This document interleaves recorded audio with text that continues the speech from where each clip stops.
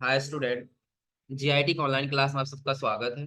और आज की क्लास में हम जानेंगे एचटीएमएल में एंकर टैग के बारे में। और फिर हम लोग जानेंगे उसमें अगर जो एचटीएमएल में वीडियो टैग का इस्तेमाल करना है तो कैसे हम लोग वीडियो टैग का इस्तेमाल करते हैं। चलिए, अब सबसे पहले हम लोग इसमें इस्तेमाल करते हैं एंकर टैग। तो ध्यान रखिए एंकर टैग कब काम करेगा और कैसे काम करेगा। तो एंकर टैग का काम होता है कि एक पेज से किसी दूसरे पेज को क्या करना हो, जोड़ना। जैसे हम लोग हाइपर लिंक पढ़े थे ना, हाइपरलिंक क्या करता है, एक पेज से किसी दूसरे पेज को जोड़ता है। चाहे वो करंट पेज में हो, किसी अदर फाइल में हो, या फिर वो क्या हो, किसी अन्य ब्राउजर पेज। फॉर एग्जांपल, चलिए हम एक क्या करते हैं, नया फाइल ले लेते हैं। ये बात, एक नया ही फाइल बना लेते हैं, सबसे बेस्ट रहेगा। नया फाइल का नाम दे दिए बस, क्या है, VVV.html।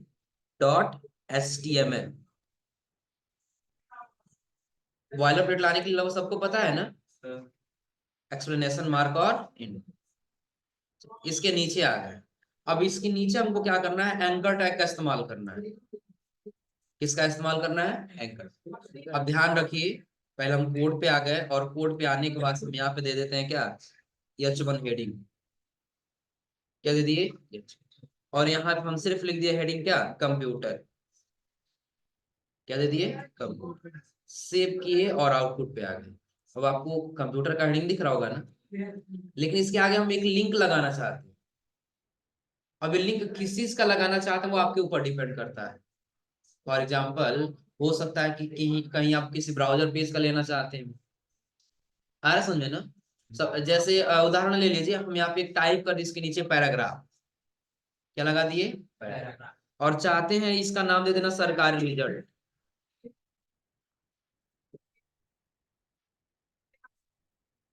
क्या दे दिए, सरकारी रिजल्ट। हम ये चाहते हैं कि जब हम यहाँ पे आए आउटपुट पे आने को जब हम सरकारी रिजल्ट पे क्लिक करें ना, तो ये सरकारी रिजल्ट का ऑफिशियल वेबसाइट पे लेकर के चला जाए। आ रहा समझ में ना। तो उसके लिए भी हम किसका इस्तेमाल करेंगे, एंकर टैग। उसके लिए तो सबसे पहले हमको कोड पे आना होगा।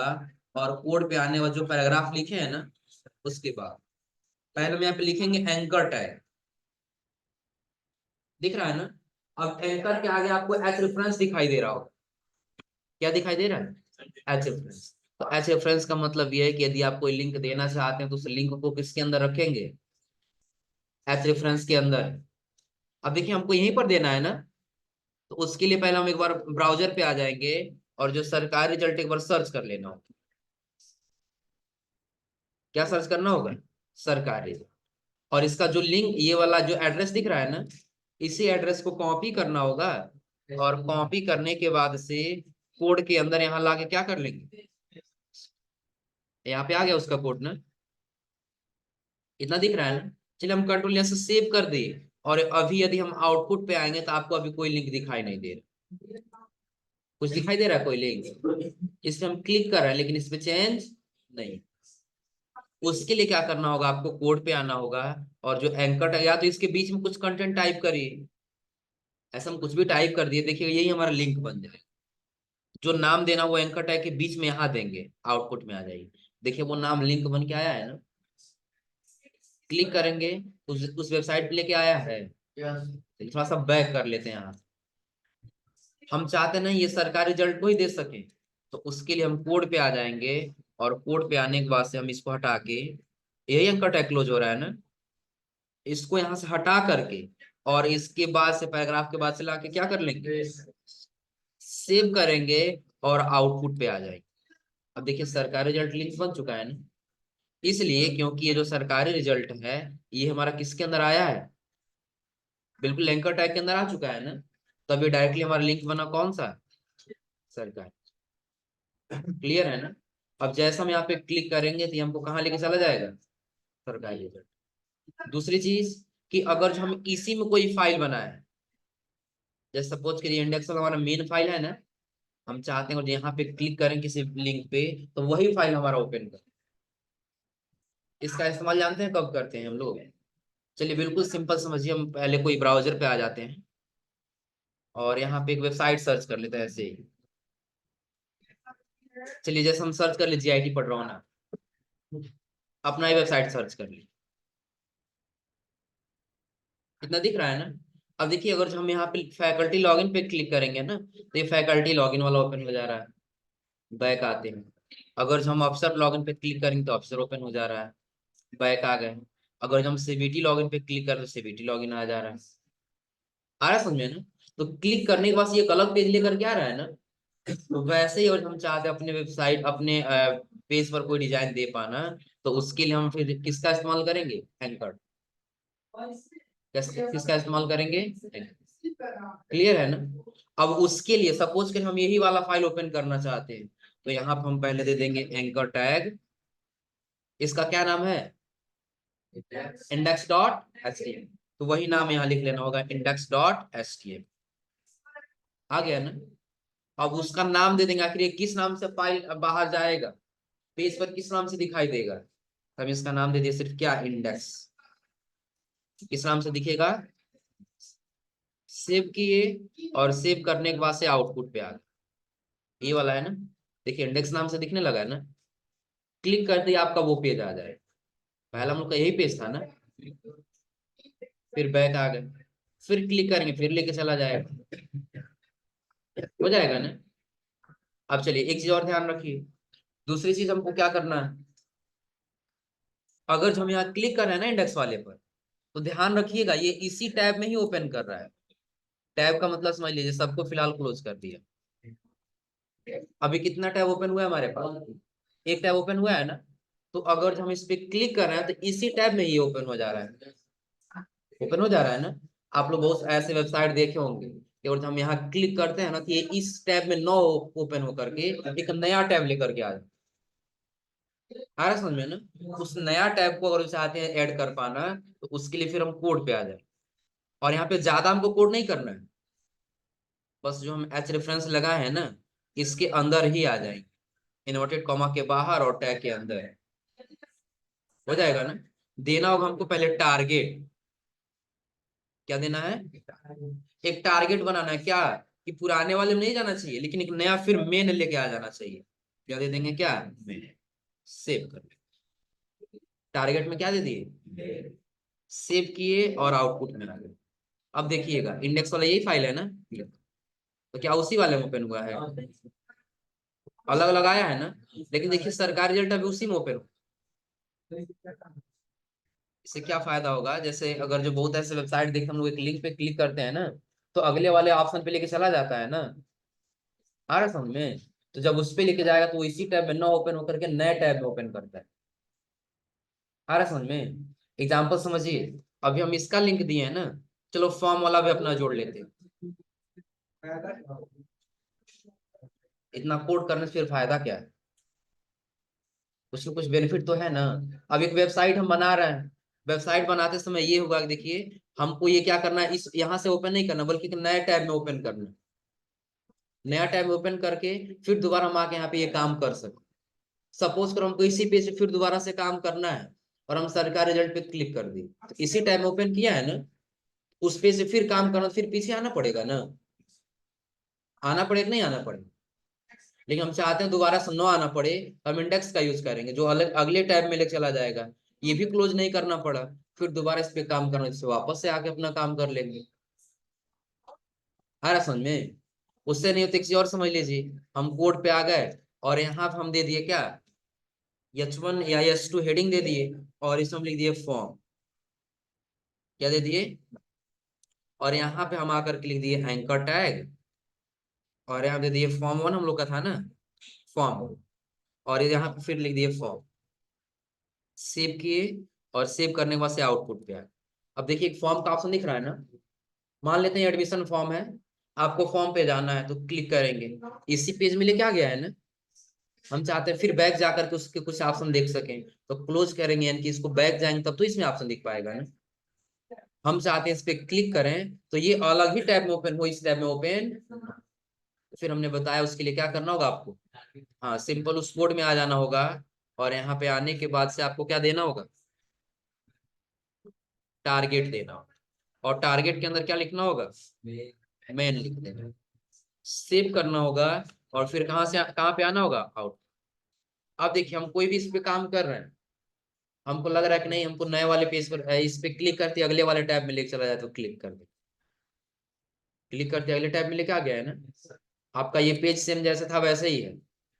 फिर बैक आके जो भी इस पे चेंजिंग करना है या देखना है वो आसानी से आप यहाँ पे चेक कर सकते हैं, हो जाएगा ना। फिर अब आप ये देखिए फॉर्म का आपका अलग टैग है। अब अपना फॉर्म भरिए, नेक्स्ट करिए, फिर फॉर्म भरिए, फिर यहाँ से क्या कर लीजिए, सबमिट कर दीजिए, हो जाएगा ना। और इसके बाद से फिर जब वापस आएंगे तो ये एंकर टैग क्या ये क्लियर हो रहा है ना।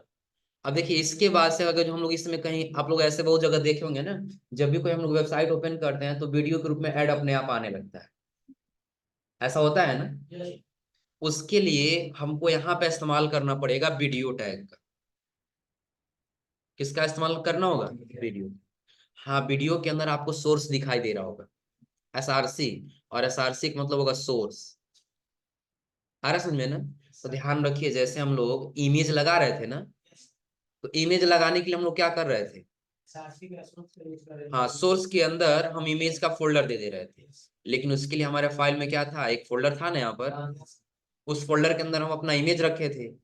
उसी प्रकार से उसके अंदर हमको एक वीडियो रखना होगा। उसके लिए क्या रखना होगा, वीडियो रखना होगा।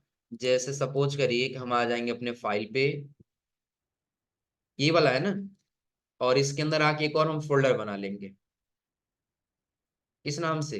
हाँ, तो इसका सिर्फ VID दे देते हैं शॉर्ट में, दिख रहा है ना। अब इसके अंदर हमको वीडियो फाइल रख लेना होगा। आ रहा समझ में। चलिए हम अपने पेन से 2 वीडियो इसमें डाल देते हैं। अब इसके अंदर हम क्या करते हैं, अपना एक फोल्डर, इस फोल्डर के अंदर अपना एक फाइल रख लिए वीडियो का, दिख रहा है ना। यानी कि जो हम लोग का HTML का फाइल था उसके अंदर हम कौन सा फोल्डर बनाए, वीडियो। और इसके अंदर हमने अपना वीडियो रख लिया। अब हम कोड पे आ जाएंगे पहले।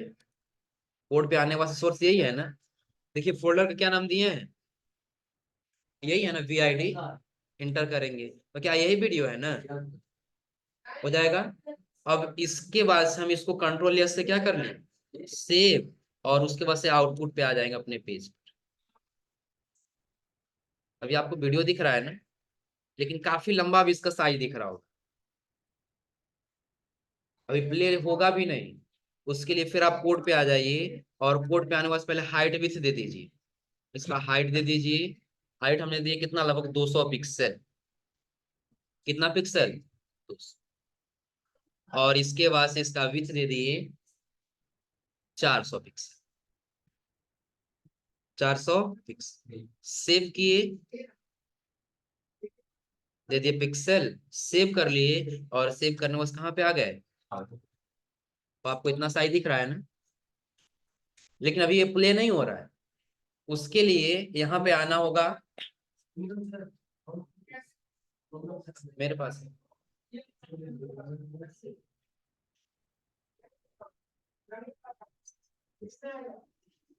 अब ध्यान दें, उसके लिए क्या करना होगा, फिर आपको आ जाना होगा कोड पर, और इसके अंदर आपको लगा लेना होगा कंट्रोल।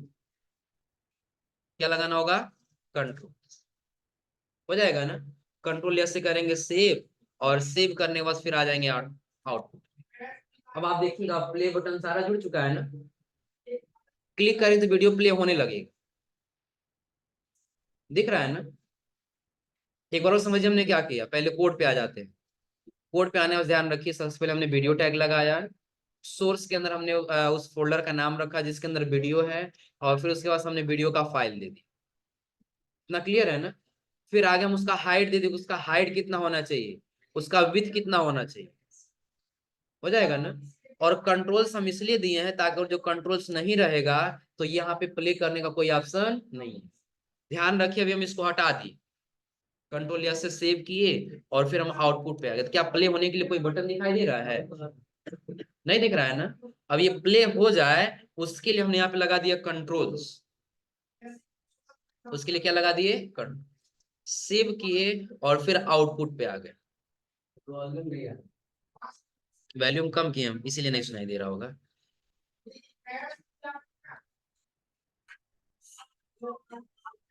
सुनाई दे रहा है आपने, हाँ। अब सही है ना। अब इसको यहाँ से म्यूट भी कर सकते हैं, साउंड भी कम या ज्यादा यहाँ से कर सकते हैं। फुल स्क्रीन करना तो क्लिक करें तो फुल स्क्रीन भी हो जाएगा यहाँ से। आ रहा है समझ में ना? चलिए, और दूसरी चीज, जब यहाँ क्लिक करेंगे तो आपको ऑप्शन दिखाई देगा डाउनलोड करने का, फिर प्लेबैक, ये प्लेबैक स्पीड का, फिर पिक्चर इन पिक्चर का। आ रहा है समझ में ना? लेकिन हाँ ध्यान रखिए, अगर हम ये चाहते हैं कि जब भी हमारे वेबसाइट कोई ओपन करे तो उसको वीडियो ही अपने आप प्ले होता हुआ मिले, उसको प्ले करने की आवश्यकता ना।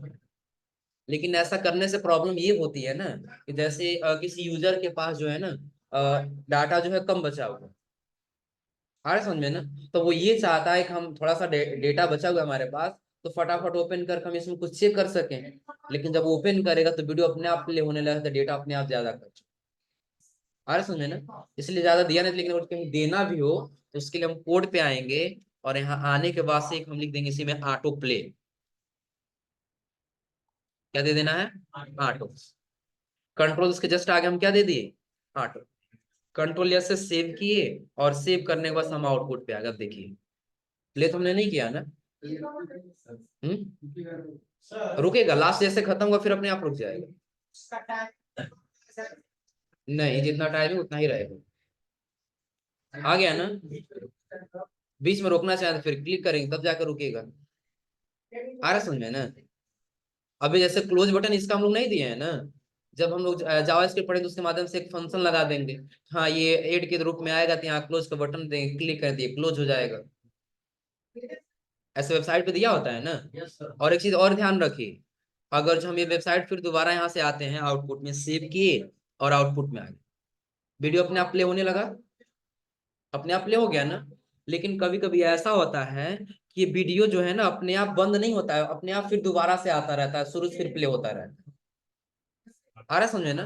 देखिए अभी बंद हो गया ना, हम चाहते हैं कभी बंद ही ना हो जब तक बंद ना किया जाए। यानी कि खत्म हुआ 13 सेकंड, फिर 13 पहले सेकंड से स्टार्ट हो जाए, फिर खत्म हुआ फिर स्टार्ट हो जाए। तो उसके लिए कोड पे आने के बाद से इसके अंदर हम लोग इस्तेमाल करते हैं लूप का। किसका? लूप। सेव करेंगे और आउटपुट पे आ जाएंगे। अब देखिए अभी बंद ही नहीं हुआ।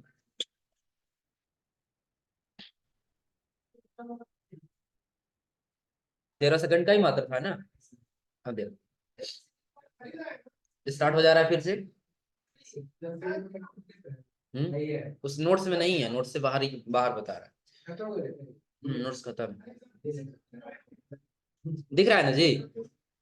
लूप का मतलब समझा रहा है ना? लूप का मतलब जैसे ही खत्म होगा अपने यहाँ, जैसे यहाँ खत्म हो फिर अपने आप शुरू से स्टार्ट हो जाएगा। आ रहा समझ में ना? और हाँ ध्यान रखिए, इसमें हमने कई सारी चीजों का इस्तेमाल किया है। अगर हम कोड पे आ जाएं तो सबसे पहले वीडियो फाइल तो आसानी से हम लगा ले जाएंगे, आ रहा समझ में ना? लेकिन उसको चला सकें, बंद कर सकें, साउंड दे सकें, उसके लिए हमने दिया यहाँ पे क्या है? कंट्रोल। और कंट्रोल के बाद से हमने ऑटो प्ले इसलिए दिया कि जब भी वेबसाइट पे कोई एंटर करे तो अपने आप वो वीडियो क्या होने लगे? प्ले होने लगे, अपने आप ये स्टार्ट हो जाए, हमको स्टार्ट करने की आवश्यकता नो। और लूप का हमने इस्तेमाल किया कि वीडियो खत्म नहीं होनी चाहिए, जब खत्म हुआ तो फिर अपने आप स्टार्ट भी हो जानी चाहिए। हो जाएगा ना? कोई दिक्कत इसमें? तो ये आज आप लोग इस्तेमाल कर लीजिए। कौन कौन सा? एंकर टैग और वीडियो टैग। हो जाएगा ना? ये आज आप लोग इस्तेमाल करिए लोग। कल से आप लोग पढ़ाएंगे CSS।